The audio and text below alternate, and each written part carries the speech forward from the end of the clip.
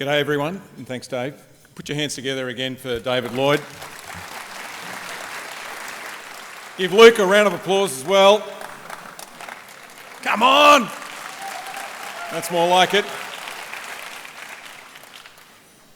Can I start by acknowledging the traditional owners of the land on which we meet and pay my respects to elders past, present and emerging.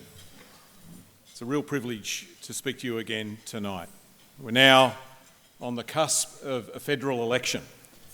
And so I think it's probably appropriate tonight for me to talk about where we've come over the last few years and what comes next. I think you know me now, what I believe in, what drives me. You know that I think we've got a good education system, but it can be a lot better and it can be a lot fairer. And I want to make it better and fairer. The first time I spoke here, I told you my own story, how I was the first person in my family to finish high school, the first person in my family to finish year 10. How that wasn't really an option for people like my mum and dad when they were growing up in the western suburbs of Sydney. And how much we've changed as a nation since then.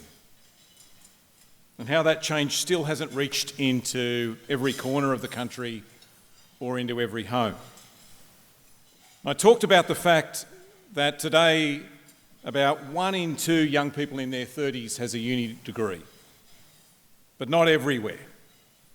Still not where I grew up, still not amongst young people from poor families, still not the case in the outer suburbs of our big cities or in the regions or the bush. And how I want to do something about this. I also made the point that fixing this doesn't start and end at university. How we've got to reform our entire education system. And there's a pretty simple reason for that. It's because the same people who aren't at your universities are the same people who aren't finishing high school. And they're the same people who are falling behind at primary school and sometimes never catch up. And a lot of those kids also start school behind. And a lot of them never set foot in a childcare or a preschool at all. It's all connected. So if we're going to fix this, we have to fix all of this. Not just because of the individual lives that it will change, but because of something bigger than that. A good education changes lives. A good education system can change countries. It's changed ours. And if you want proof of that, think about what's happened in our own lifetimes. The big reforms of Bob Hawke and Paul Keating weren't just super or Medicare or floating the dollar. Under them, the percentage of people finishing high school jumped from 40% to almost 80%. And one of the real privileges of being a Labor MP is I got to meet Bob and talk to him. And he used to talk to me about this a lot. It was one of the things that he was proudest of because he knew what it did. Not just the lives that it changed, but the businesses that it helped create, the economy that it helped to build. It was real microeconomic reform. We're stronger, wealthier, we're a better country today than when I was a kid, than when we were all kids. And education is one of the reasons for that. It's the fuel in the tank. And what the Accord tells us is that the tank is only half full, that there's more that we have to do. That by the middle of this century, we're going to need a workforce where 80% haven't just finished school, but they've gone on and they've got a trade certificate or a diploma or a uni degree as well. 80%. And that's a big change. It takes big reform to build the education system that Australia needs. Now, 2.5 years ago or so when I got this job, this is what we were faced with. Childcare costs had skyrocketed, up 49% in 10 years. Childcare workers were leaving in droves. So were school teachers. Billions had been ripped out of our public schools. Nothing had been done to reform what was happening in our schools. The number of kids finishing high school was falling for the first time in a long time. Not everywhere. In our public schools. School teachers were being called duds and university students were being ignored, not by you, but by the political leadership at the time. Now, a lot's happened since then. In the last 2 years, we've cut the cost of childcare for more than 1 million families right across the country. And now there are more kids in early education and care than ever before. 100,000 more. Childcare workers are also getting a 15% pay rise, getting the sort of wage that they deserve. And guess what? Applications are up, vacancies are down, people are coming back to the job that they love, the job that they had to leave because they couldn't afford to stay there. Turns out when you pay people more people want to do the job. A couple of weeks ago, something else really important happened. We passed laws through this place that'll change the lives of some of the most disadvantaged children in this country. The sort of children who need access to early education the most and are currently the least likely to get it. The sort of children who, because of no fault of their own, start school behind most of their classmates because their parents don't meet the requirements of something called the activity test, put in place by the last Liberal government. The legislation that we passed a few weeks ago gets rid of that test and replaces it with a 3-day guarantee. A guarantee of 3 days a week of government-supported early education and care for every child who needs it. And no one blinks when you say that every child's got a right to go to school and that government has a responsibility to help make that happen. The same has got to be true today for early education. Now, it doesn't mean it's compulsory, but it should be there for every parent who wants it and every child who needs it to help make sure that they start school ready to go and ready to learn. That's the sort of reform that changes lives. It's the sort of reform that only Labor governments do and that our country needs. The next is schools, what our schools need. If we're going to hit that 80% target that the Accord talks about, we need more people to finish school. And for most of the last decade, things have been going in the wrong direction. The number of students finishing high school has dropped from 83% to 73%. And that's in public schools. And remember, that's happening at a time where it's more important to finish school than it was when we were kids. Last year, for the first time in about 10 years, that percentage went up by a little bit. Now, it's a good sign, but there's a long way to go. And that's what the agreements that I've now struck with the states and territories are all about. They set a target that by 2030, the proportion of students finishing high school will be the highest it has ever been. And to do that, first we need to fix the funding of our public schools, but not just that. That funding needs to be tied to real and practical reforms, the sort of reforms that help a child who falls behind when they're little to catch up and to keep up and to finish school. Things like evidence-based teaching, things like phonics checks and numeracy checks in year 1 when kids are little to identify the children who need additional help. And then making sure that they get the help that they need through more individualised support, things like catch-up tutoring.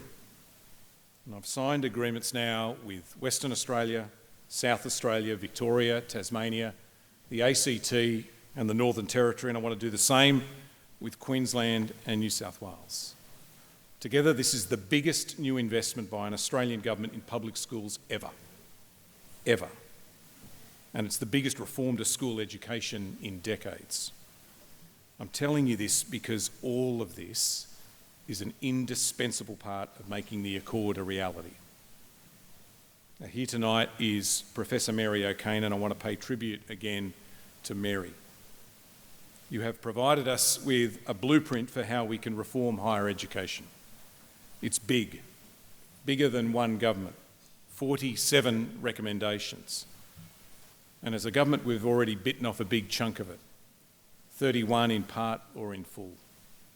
And that includes things like paid prac for teachers, nurses, midwives and social work students. And that all starts on the 1st of July this year. It also includes a massive expansion of enabling courses to help people get started. And that's already started in January. We've also doubled the number of university study hubs across the country, in the bush and now for the first time in the suburbs, and all of these will be open this year. On the weekend, as part of our announcement to help more Australians to see a GP for free, we also announced funding to train more GPs. Part of that is more Commonwealth-supported places, and it's all part of the biggest GP training program in Australian history. We've also fixed the way student debt is indexed. That's cut the debt of 3 million Australians by more than $3 billion, and that happened in December. And if we win the election, we'll cut everyone's student debt by a further 20%. It means for someone with an average student debt today of, say, about 27 grand, that will cut their debt by another $5,500. That's a lot. The first time I spoke at this dinner, I also talked about the fact that universities aren't just places where people study or places where people work. They're also places where people live. And I talked about sexual assault on campus and in student accommodation. For years, organisations like End Rape on Campus have been asking for someone to listen, for someone to act. They've been asking for an ombudsman. The Accord recommended it, and now it exists. Sarah Bendel is the first national student ombudsman, and her powers are real. They're equivalent to that of a Royal Commission. And the scope of what she covers is broad. It's not just sexual violence, it covers anti-Semitism as well and all forms of racism. It covers the quality of the education and the services that students receive as well. And I hope that you will see in the work that Sarah and her team will do an asset, something that you can work with, something that will make you better, helping to make sure that students are safe and that they get the education that they pay for. I also want to recognise in the room tonight the new Chief Commissioner of TEXA, Professor Kerry Lee Krause, and congratulate her on her recent appointment. G'day, Kerry Lee.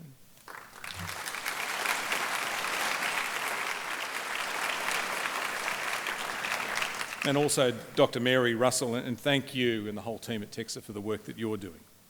Just one example of that is the roundtable that TEXA held only an hour or two ago with university leaders, focused on the ongoing action that we're taking around social cohesion and making sure that our campuses are safe places for students and staff. There's also another big piece of work that's just kicked off to improve university governance. It's a recommendation of the Accord as well, and I've set up an expert council that will look at everything from how universities pay staff to the remuneration settings for senior university staff, and report to education ministers across the country later this year. On international education, the Accord recommended a fund that universities would have to chip into based on the revenue that they make. We opted not to do that. I proposed a cap. The Liberal Party opted not to do that. And so instead we got rid of Ministerial Direction 107 and replaced it with something else.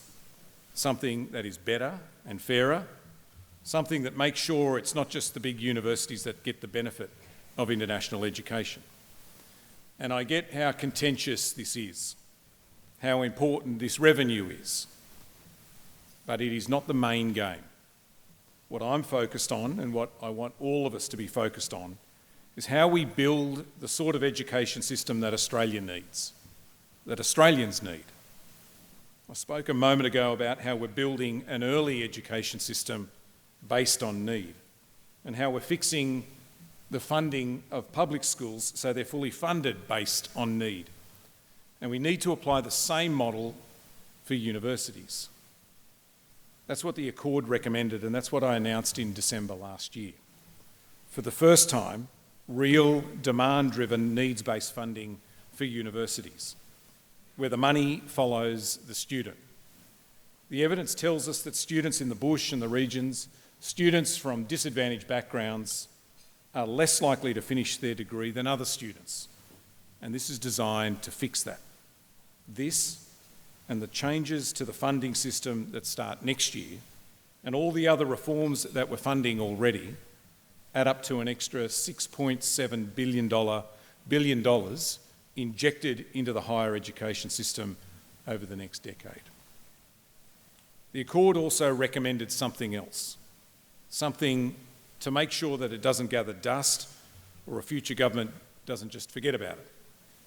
It recommended an ATEC, an Australian Tertiary Education Commission, an independent body to help drive and steer reform over the long term, help break down the barriers between TAFE and university, help implement the funding model and provide advice on pricing and a lot more.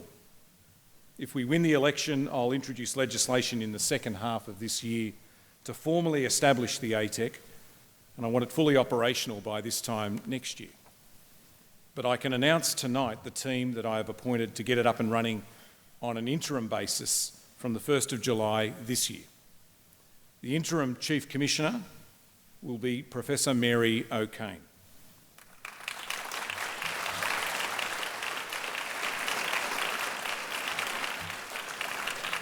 And she'll be supported by the Jobs and Skills Australia Commissioner, Professor Barney Glover,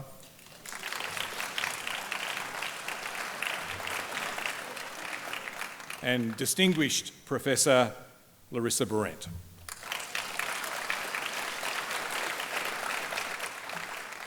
In case you haven't worked it out yet, I'm getting the band back together. The people who wrote the Accord to help make it real. I started tonight by saying that we're on the cusp of a federal election, and I want to end by saying thank you. Nothing is certain or permanent. None of us are in these jobs forever. But for the last 2.5 years or so, it's been an absolute privilege to work with you. The UA campaign, Luke is right. Universities do matter to all of us. A few days ago, I met a young woman named Narges, and she's a refugee from Afghanistan. She fled to Pakistan when Kabul fell a few years ago. And about 18 months ago, she made it here to Australia, and she now lives in Mount Druitt in Western Sydney. She speaks 6 different languages. The 6th one is English. She's learnt English in the last 12 months at TAFE. And last year, she also completed a diploma in community service at TAFE. Quick shout out to George Williams, because next week she starts at Western Sydney University.